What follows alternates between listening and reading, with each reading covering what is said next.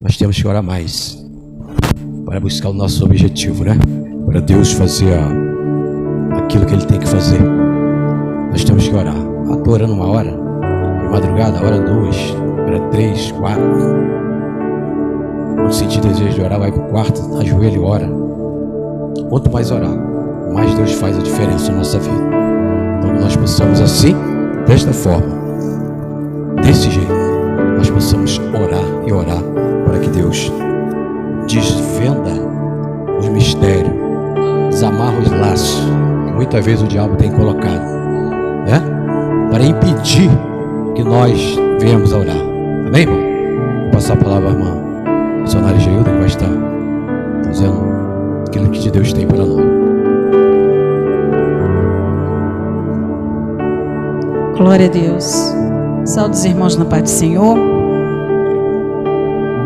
Recebi um convite agora à tarde. Não deu para estudar muito, mas a palavra que o Senhor me deu foi em 2 Reis, capítulo 20. Nós estamos falando sobre família, sobre restauração, e nós vamos falar um pouquinho do que Deus colocou no meu coração aqui nesta noite.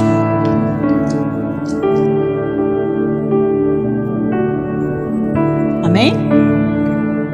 Nós vamos estar lendo, irmãos, somente 2 versículos, o 5 e o 6. Diz assim,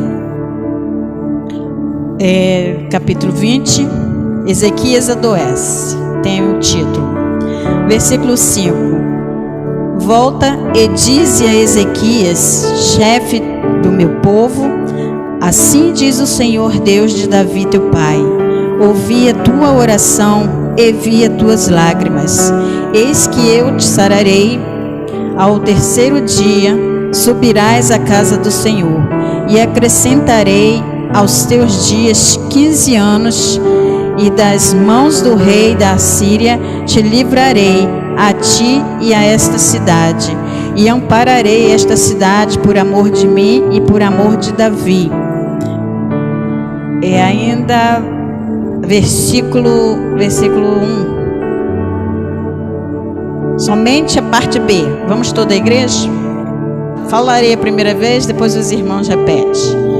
Ordena a tua casa, porque morrerás e não viverás.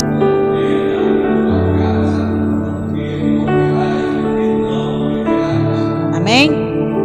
Podeis assentar, irmãos. Irmãos, esse texto aqui, ele é bem empregado, bem conhecido. Não deu tempo de eu assim ler, né, para explanar melhor, mas eu vou falar um pouquinho. E eu creio que o que Deus tem para nós nessa noite, quando falo nós, estou se referindo a mim também, né? Porque a palavra de Deus, ela é uma espada de 2 gumes. Ela corta tanto aí quanto aqui, né? Quando o pregador está falando, primeiramente Deus fala para ele. Este é o texto dessa mensagem: ordena a tua casa. O que é ordenar a tua casa, né? O rei Ezequias, um homem que fez tantas coisas boas, foi um rei reto aos olhos do Senhor. Ele, embora ter sido um filho de um rei, que foi o pior rei de Israel, ele fez o que era reto aos olhos do Senhor. E aqui a gente vê que ele tinha trazido o povo, né, ao conserto para com Deus. Então a gente vê que foi um rei bom. Mas como todo ser humano tem suas falhas, as suas quedas, o rei Ezequias, mais lá na frente, ele dá um vacilo, como todos nós. Mas quando o Senhor chama ele para este momento aqui de vamos dizer, um conserto. Porque quando Deus fala, vai à casa dele e diga que ele só terá somente algum tempo de vida, que ele morrerás, né? Naqueles dias, quais dias? Os dias em qual ali o exército assírio atacou, invadiu. Foi nesses dias do ataque, da invasão do exército assírio, que o rei Ezequias adoeceu. E quando ele adoece, aí ele recebe essa ordem do Senhor. E a gente vê, irmãos, que a gente acha que nós somos eternos aqui nessa terra, mas terrível é quando o Senhor nos dá um decreto de morte. Eu nunca recebi, mas eu creio que se eu recebesse um decreto de morte, eu acho que meu coração ia se entristecer muito, mas também a gente ia pedir as misericórdias do Senhor, né? Se porventura fosse a vontade dele, dar mais um tempinho nessa terra para continuar a fazer a vontade dele. Irmãos, aqui o rei Ezequias, ele era um rei que ele assumiu um trono cedo, ainda jovem, tá? Para vocês aqui que são jovens, ele assumiu um reino, um trono, com 25 anos de idade, ainda era jovem. E a gente sabe que liderar um povo não é fácil. A gente tira, né, pela liderança pastoral, uma liderança eclesiástica, que não é fácil. Imagine um povo grande, um reino. Este jovem de 25 anos está reinando para liderar um povo. Mas mesmo assim ele estava debaixo da autoridade do Senhor. Ele estava fazendo as coisas que ao Senhor agradava. Ele foi um rei reto aos olhos do nosso Deus. Ele se preocupava em reparar os altares e levar o povo para a presença do Senhor. E o que eu quero dizer aqui nesta noite é que vamos colocar a nossa família para a presença do Senhor. Vamos reparar nossa casa, o nosso altar. Vamos colocar nossa casa em ordem, porque breve Jesus está aí e o Senhor vai requerer isso das nossas mãos, porque somos o sacerdote da nossa casa. E o rei Ezequias, nesse momento, estava precisando colocar alguma coisa em ordem. O que nós precisamos colocar em ordem na nossa casa? Vamos refletir um pouquinho? Vamos refletir o que eu preciso colocar em ordem, para que quando o Senhor vier me chamar, não encontre nenhuma falha, não encontre nenhum defeito, não encontre na minha família, o qual estou deixando para trás, uma pendência o qual eu podia fazer e não fiz, um reparo. Nós muitas das vezes queremos fazer o melhor para nós, sendo uma coisa material onde eu posso ter tato. Mas será que nós estamos preocupados com a área espiritual também da nossa família? Irmãos, muitas das vezes nós estamos querendo fazer o melhor, e o melhor de muitos pais é presentear, né? É dar o melhor de uma roupa, de um sapato, de um brinquedo, dar o melhor do presente. Acha que está fazendo bem, às vezes está fazendo mal, porque a palavra do Senhor diz que se nós, sendo bons, maus, podemos dar boas coisas aos nossos filhos, quanto mais ao nosso Pai Celestial. Porque posso todas as coisas, mas nem todas as coisas me convêm. Eu posso dar? Posso, mas será que me convém eu dar certas coisas para o meu filho ou para o meu neto, sendo que não vai ser bom para ele? Aparentemente aos nossos olhos pode ser bom. Ezequias aqui, ele recebeu um profeta na sua casa, e fala o profeta para ele que ele será visitado, porque o Senhor ia trazer a morte. Era uma doença para a morte que Ezequias estava, uma doença para a morte. Talvez ele não sabia que era para morrer, e ele recebe um profeta ali na sua casa, e agora esse profeta dá essa ordem de Deus para ele. Agora Ezequias talvez começa a raciocinar, porque aqui diz que ele virou para a parede. Ele virou para a parede e começou a chorar. Ele começou a falar com o Senhor. Talvez ele trouxe a lembrança tudo que ele fez, né, diante do Senhor, com o povo. Talvez ele trouxe a lembrança para Deus de tudo que ele já tinha ali colocado as mãos, o nome do Senhor, o povo na presença do Senhor. Ele tinha crédito nos céus. Por isso agora ele traz a lembrança. Talvez ele tenha falado: Senhor, olha para o que eu fiz lá atrás, Senhor, tenha misericórdia, se eu ainda tenho crédito contigo. Senhor, olha quantos altares foram reparados, quantas vidas conheceram a Ti, quantas vidas. Talvez ele tenha lamentado com o Senhor, não sabemos. A palavra de Deus diz que somente que ele virou para a parede.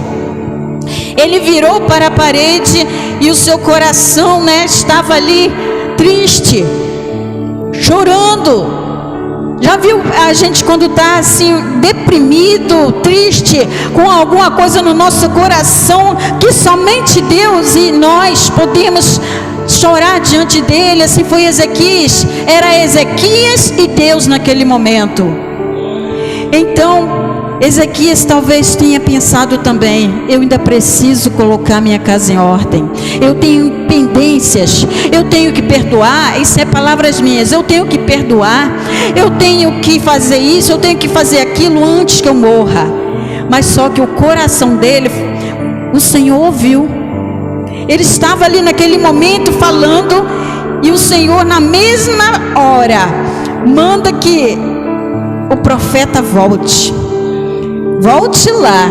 Irmãos, imagine, a oração foi tão instantânea, tão assim, mexeu com o coração de Deus, que o profeta não acabou nem de chegar lá fora, na estrada onde ele ia percorrer, de volta, o Senhor fala assim: ei, volte lá, porque eis que eu ouvi a oração e vi as lágrimas.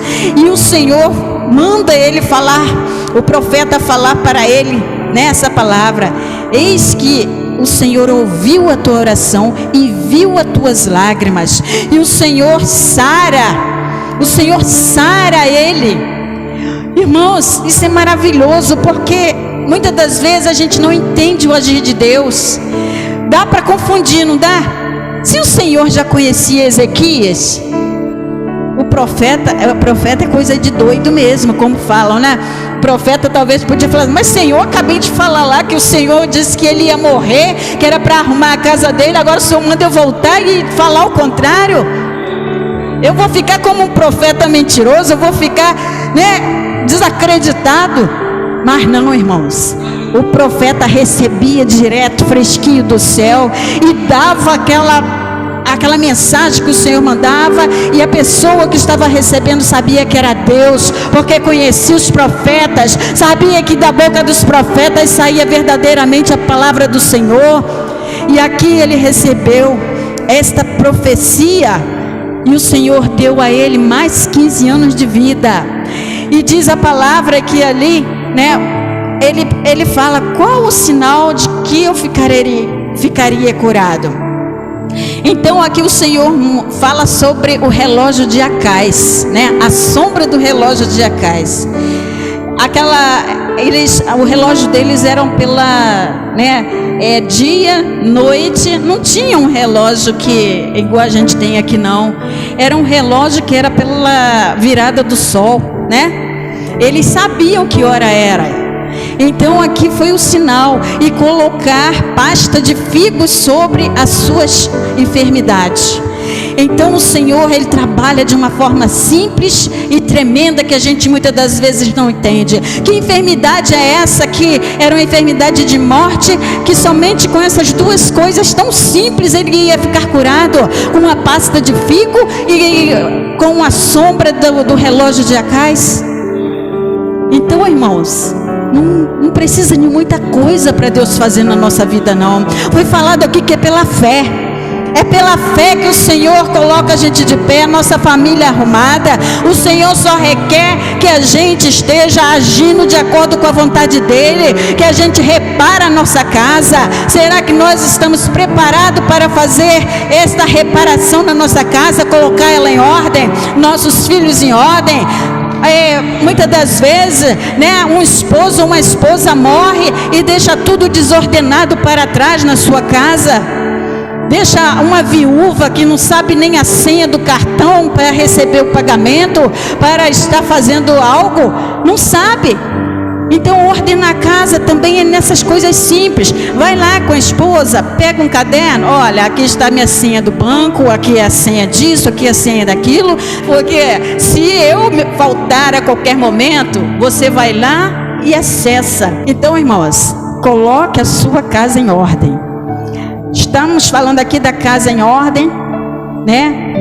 Na forma de botar nossos filhos na posição, colocar nossas filhas na posição, a nossa vida na posição. Agora nós vamos falar na vida espiritual, a minha casa espiritual em ordem, porque o Senhor Jesus, Ele fala: prepara-te, ó Israel, para encontrares com o teu Deus. Aqui Ezequias ia encontrar com Deus, tá? Ele ia morrer. Então ele se preocupou: o que eu tenho que botar em ordem na minha casa, vou botar. Mas só que Deus deu mais 15 anos de vida para ele. Será que nós vamos ter tempo igual ele teve para colocar tudo em ordem? Irmãos, quantas pessoas estão em pendência com seu irmão, não libera perdão, o seu coração é amargurado, fala com a pessoa na frente, por trás está maldizendo. Não é um amor sincero, um amor fraternal que vem da parte do Senhor. Vive de aparência, mas não se esconde do Senhor. Do Senhor ninguém esconde. Eu posso viver de aparência aqui para os meus irmãos, mas lá fora e dentro do meu quarto, qualquer lugar que eu for, Ele está olhando, porque os olhos dele diz que Ele contempla os bons da terra, os fiéis e os maus também. O nosso coração Ele sonda. Ele sondou o coração de Ezequias e viu que Ezequias estava ali se quebrantando, Ezequias estava ali se consertando diante do Senhor. Então nós temos que nos consertar, porque a qualquer momento o Senhor Jesus busca o seu povo. E será que nós, estejando com a nossa casa desorganizada, vamos subir? A casa espiritual e a casa familiar, nós temos que organizar a nossa vida espiritual, nós temos que organizar a nossa família. Não podemos aceitar coisas erradas dentro da nossa casa e passar a mão por cima, porque é filho, porque é genro, porque é nora, não. Nós temos que falar a verdade dentro da palavra. Ezequias, ele teve essa ordem do Senhor, ele se quebrantou, ele chorou diante do Senhor. E a sentença, irmãos, através da oração e do quebrantamento, ela é mudada. Se nós orarmos com o coração voltado para o Senhor em quebrantamento, o Senhor muda o curso da história.